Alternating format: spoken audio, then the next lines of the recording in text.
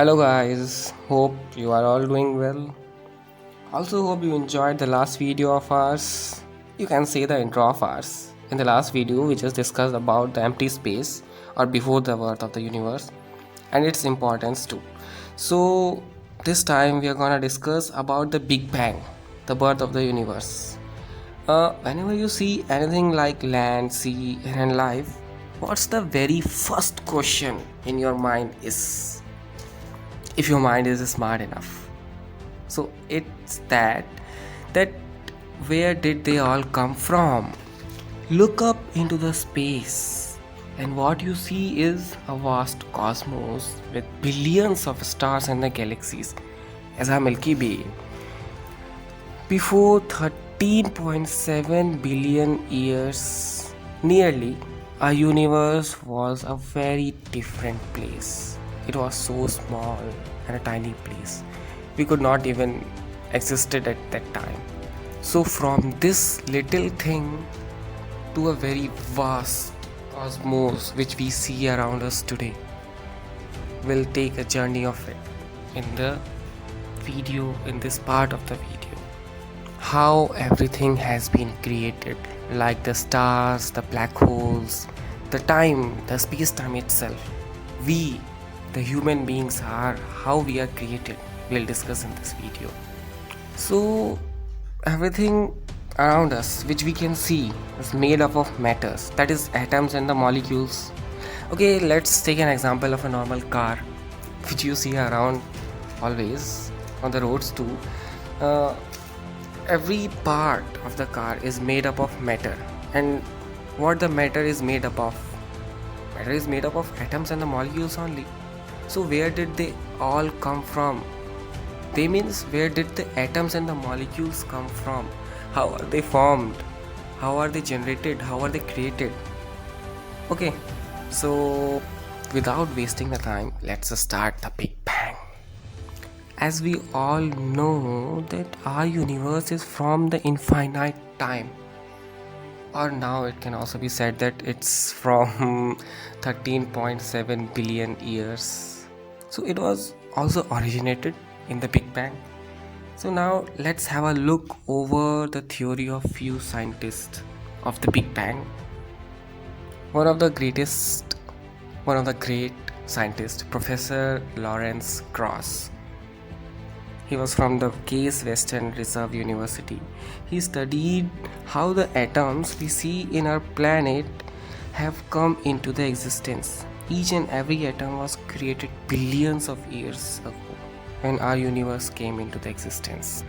So to understand how the universe made all the raw material that we see on the earth, we will have to take an incredible journey to the moment our universe was born. In the very beginning, there was nothing, no space, no time. The only thing we had was just an extreme darkness. And then there was a light which appeared suddenly. We don't know where did it come from. We still don't know. We can't even know this. And then there was a light which appeared suddenly. It was like infinitely hot.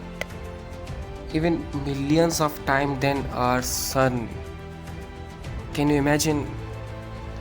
So this tiny fireball was fully filled of space and time itself. This was the beginning of the time. Then at the moment this tiny fireball was burst, an explosion, you can say, took place inside it. After the expansion, the energy was expanding and the time was beginning. It is assumed that this small tiny fireball was the size of a small single atom which we see today. Most of you would have seen the atom. Most of you would have used the microscope to see the atom's molecules. You know very well the size of the atom. So it was like nearly the size of the atom. So you can say 13.7 billion years ago, our universe was nearly about the size of an atom. And this concept of the Big Bang was given by an American astronomer, Edwin Hubble. Earlier in 1920s, everyone, even our scientists too, used to think that everything sparkling we see in the sky are stars and also the part of our galaxy, the Milky Way. But Hubble was not agreed with it. He showed that these all are not the stars. Few of these are different galaxies. Now let's discuss the Hubble's theory also. As we already discussed about the tiny fireball in the beginning, it was burst or exploded. It started to expand nearly after a few microseconds. It was nearly of the size of a Mars, and after a few trillion seconds it expanded a lot and was very much unstable. Space was expanding nearly faster than the speed of the light. It's a paradox. We can't say that anything can travel even faster than the speed of the light. So as it was expanding, it was getting cooled. Even after the trillions of seconds, our universe was still expanding, but there was nothing like the matter. What it had was just a pure form of the energy. You would have also heard about the Einstein most famous equation, E is equals to mc square. Few of you also know about this equation, uses of this equation, the form of this equation. It's also known as the Einstein mass energy relationship equation. This equation explains that mass and energy are interchangeable. In the newly born universe, what the exact thing was happened was it converted the pure form of the energy into the tiny particles of the matter. But there was a problem. The universe created both matter as well as the antimatter. Now you people will ask whether what the hell is this antimatter? So to get rid of this antimatter, let me discuss a bit about the antimatter also. So what the antimatter is?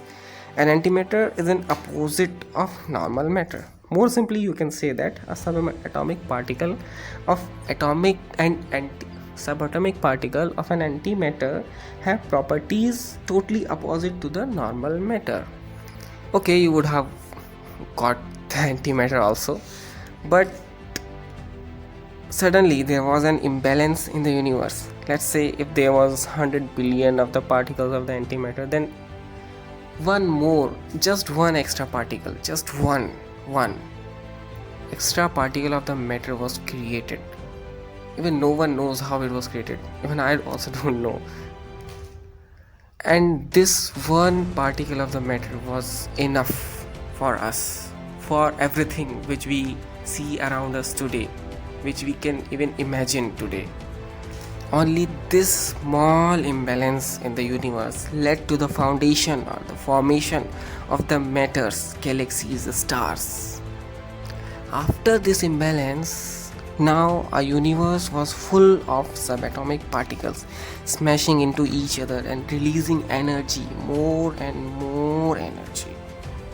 There was lot of energy unless the particles or the subatomic particles would have slowed down. So let's stop the discussion here only, otherwise it would be a bit boring and a bit long too. So we just discussed about the formation of the matter and the antimatter only.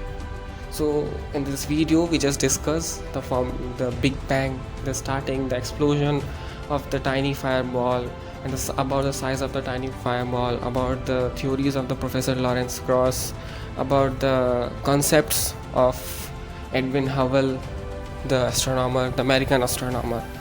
So please do like, subscribe and share.